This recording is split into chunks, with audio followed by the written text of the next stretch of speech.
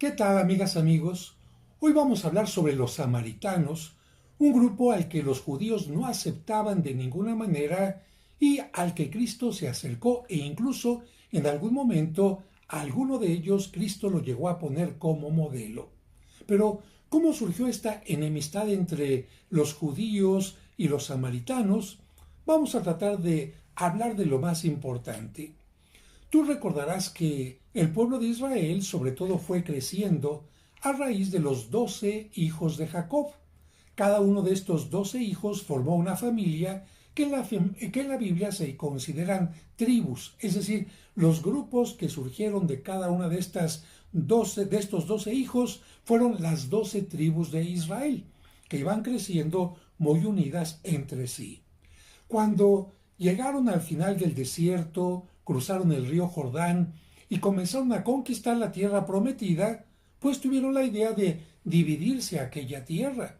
No podían estar todos juntos, sino que cada tribu decidió tener un lugar propio. De esta manera, las 12 tribus de Israel fueron adueñándose de distintos territorios y llegó un momento en que más o menos estaban unidas, gracias especialmente al liderazgo de David. Sin embargo, las cosas cambiaron a partir del año 928 a.C. aproximadamente. ¿Por qué? Porque Salomón, el famoso rey, para hacer todo lo que él realizó, el gran templo y muchas otras cosas más, aumentó mucho los impuestos. Esto ocasionó que los israelitas estuvieran muy molestos y cuando llegó al trono el hijo de Salomón, Roboam, él tenía la opción de preguntarles a los ancianos, a los sabios o a los jóvenes qué hacía. Y lamentablemente Roboam no siguió el consejo de los ancianos, sino el de los jóvenes que le dijeron, ¿sabes qué? Pon en su lugar a todos los del pueblo, auméntales los impuestos. ¿Y qué ocasionó? Esto ocasionó que 10 de las 12 tribus le hayan dicho a Roboam, ¿sabes qué? No te vamos a seguir y nos vamos a separar. Y solamente 2 tribus de las famosas 12 tribus de Israel siguieron fieles a Roboam.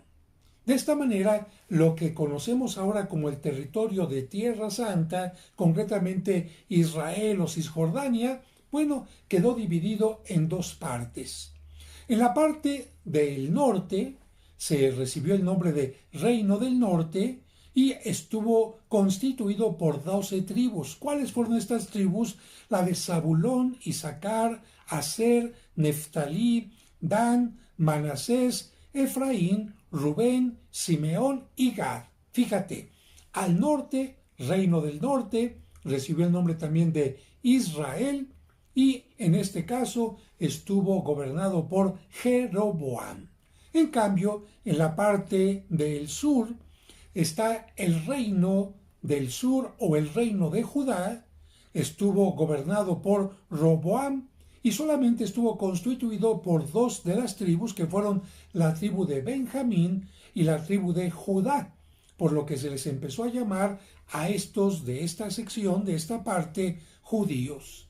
El norte tuvo como capital Samaria, y aquí empezamos ya a decir Samaria, samaritanos, y el sur tuvo como capital Jerusalén, con el gran templo que había mandado construir Salomón, sobre el lugar donde Abraham estuvo a punto de sacrificar a Isaac. Por eso Jerusalén era considerada una gran ciudad santa.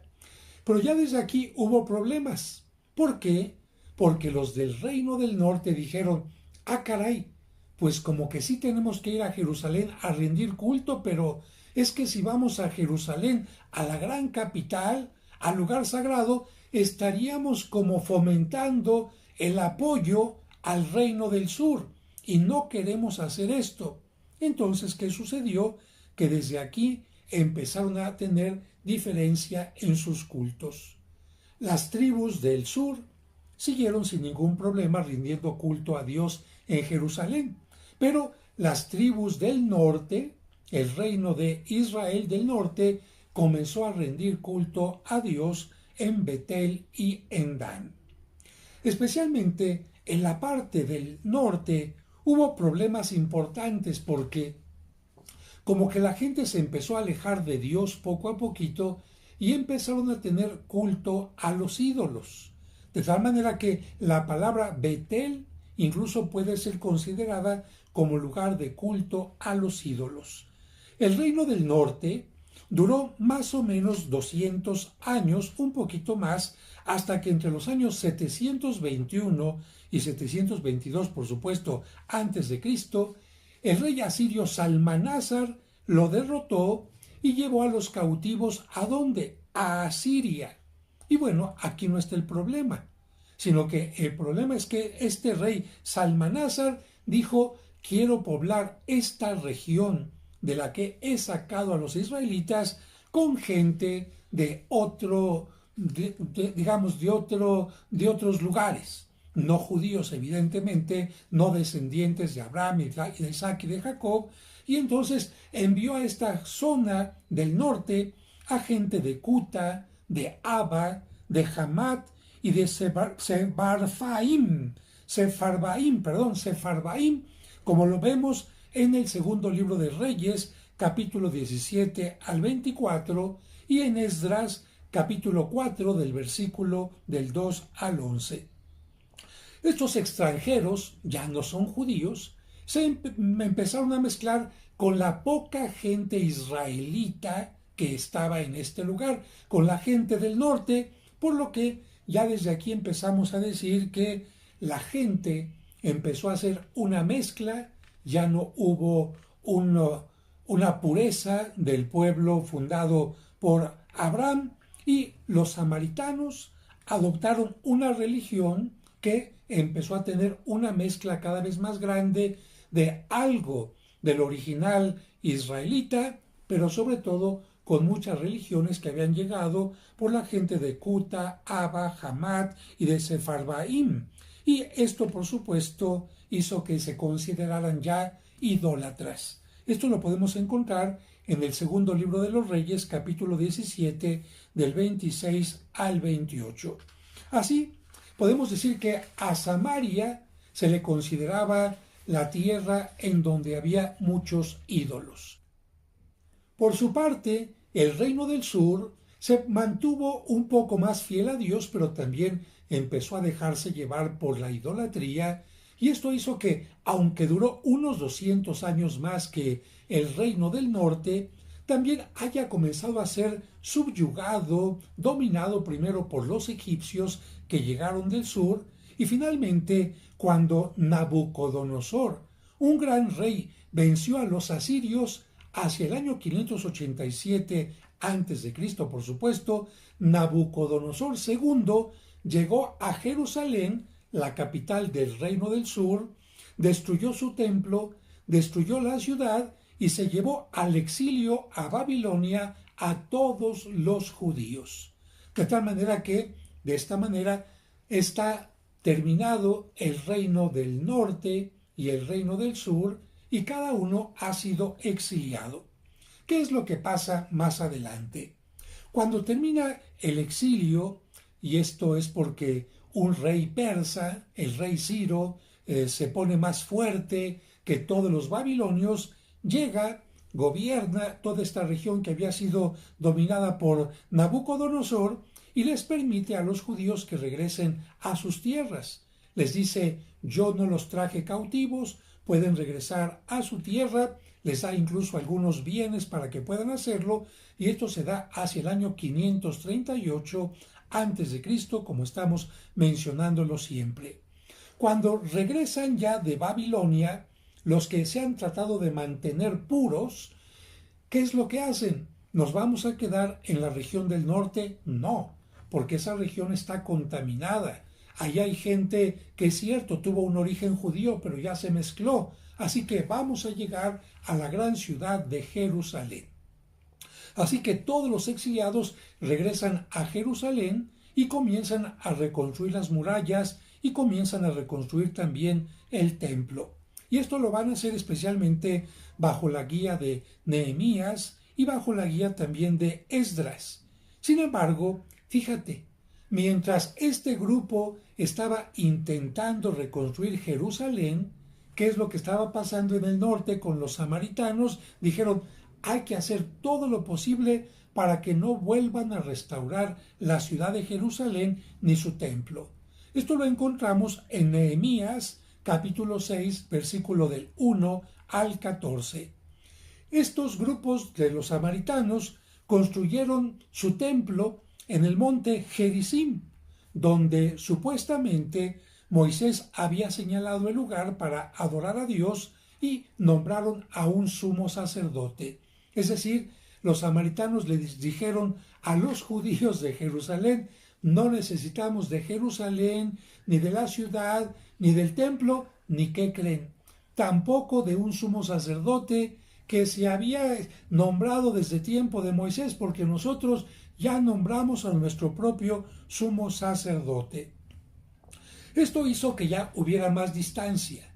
Y si en Jerusalén alguna persona era, vamos a decir, juzgada por ir en contra de la ley, por haber cometido algún delito, por no seguir las leyes de Moisés, ¿sabes qué hacía? Se iba a Samaria, y en Samaria lo recibían los samaritanos sin ningún problema, por lo que Samaria empezó a ser considerada la tierra de refugio para malhechores.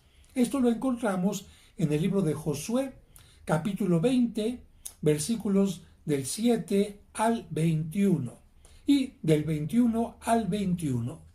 Los samaritanos, por otra parte, tuvieron una gran diferencia en contra de todo el bagaje religioso que tuvieron los judíos, porque los judíos no solamente recibieron lo que Moisés les comunicó, sino también aquellos libros que se derivaron de las leyes de Moisés, como por ejemplo todas las cuestiones de costumbres en ritos, etcétera, todos los escritos de los profetas y muchas cosas más. En cambio, los samaritanos solamente aceptaron los 5 libros de Moisés, únicamente. A ver, para que me entiendas mejor, imagínate que tú tienes la Biblia judía, que está compuesta por el Génesis, el Éxodo, el Levítico, el Deuteronomio, etcétera, y solamente esos libros los aceptas, y todos los demás libros que escribieron los profetas los desechas. Los libros sapiensales los desechas. Bueno, esto hizo por lo tanto que los judíos dijeran, los samaritanos tienen una religión a modo y únicamente han tomado lo que les conviene. Y finalmente podemos decir que esto hizo que tradiciones samaritanas y tradiciones judías fueran totalmente distintas. Por todas estas cosas, los judíos consideraron a los samaritanos como la peor de la raza humana, como lo encontramos en San Juan, capítulo 8, versículo 48, y no se trataban con ellos. Juan, capítulo 4, versículo 9. A pesar del odio entre los judíos y los samaritanos, tenemos que decir que Jesús rompió las barreras entre ellos, predicando el evangelio de paz a los samaritanos, como lo encontramos en Juan, capítulo 4, versículos del 6 al 26, y los apóstoles, por supuesto, siguieron también su ejemplo, como lo encontramos en capítulo 8 de Hechos de los Apóstoles, versículo 25, porque los apóstoles fueron también a predicar a la zona de los samaritanos. Y para concluir este video que nos ayuda a entender el odio entre los judíos y samaritanos, quisiera recordar que Cristo utilizó una parábola en donde habló de un buen samaritano. Esto fue demasiado fuerte para los judíos porque lo que les dijo Cristo es, miren, ustedes tienen todo lo que Moisés les dejó como escrito, tienen todo lo que los profetas escribieron, tienen los libros sapienciales, tienen los salmos, tienen una gran cantidad de cosas en sus sagradas escrituras, tienen la ciudad santa de Jerusalén, tienen el templo, y no por ello han permitido que el corazón se llene de amor, que es lo más importante que Dios pide de ustedes.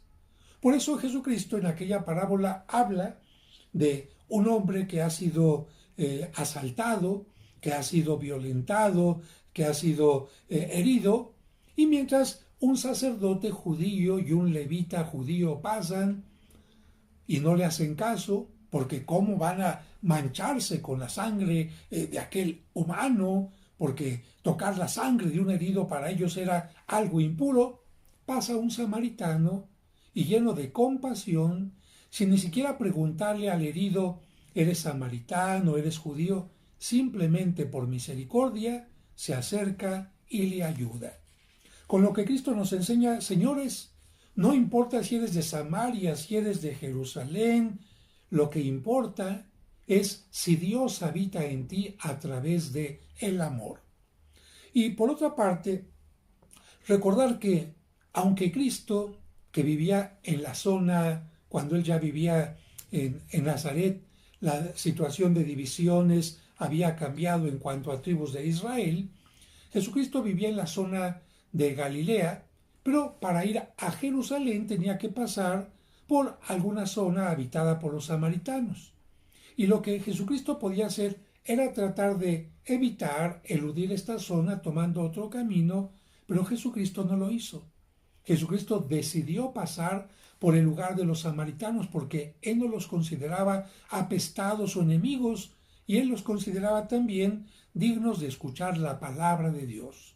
Por eso, el Evangelio de San Juan nos recuerda que en una ocasión Jesucristo pasa y se sienta junto a un pozo que había utilizado Jacob, a donde se acerca una samaritana. Y no obstante ser samaritana y ser mujer y ser una gran pecadora porque ya llevaba 7 maridos, Jesucristo se acerca a ella para ofrecerle el agua de la vida, para ofrecerle su predicación, para ofrecerle la salvación, indicando que los samaritanos y cualquier gente del mundo tiene derecho a esto. Y lo más maravilloso es que esta mujer se convierte en una predicadora maravillosa, porque va y les cuenta a todos sus amigos, sus compañeros, quién es este Jesús, y todos llegan y creen en él por la palabra de la samaritana y después porque lo escuchan a él. Ojalá que, entendiendo esto, entendamos también que no tenemos por qué tener rencillas y luchas con gente que quizás piensa distinto que nosotros, pero lleva el mismo amor de Dios en su corazón que le acerca precisamente a Cristo y a Dios Padre. Si te gustó este video, dale like y si no estás suscrito, recuerda que te puedes suscribir en la parte aquí abajo donde estás viendo este video, donde te dice la opción suscribirte para que te llegue en forma automática. Seguiremos en comunicación a través de este medio. Que Dios los bendiga y a cuidar su salud corporal y espiritual.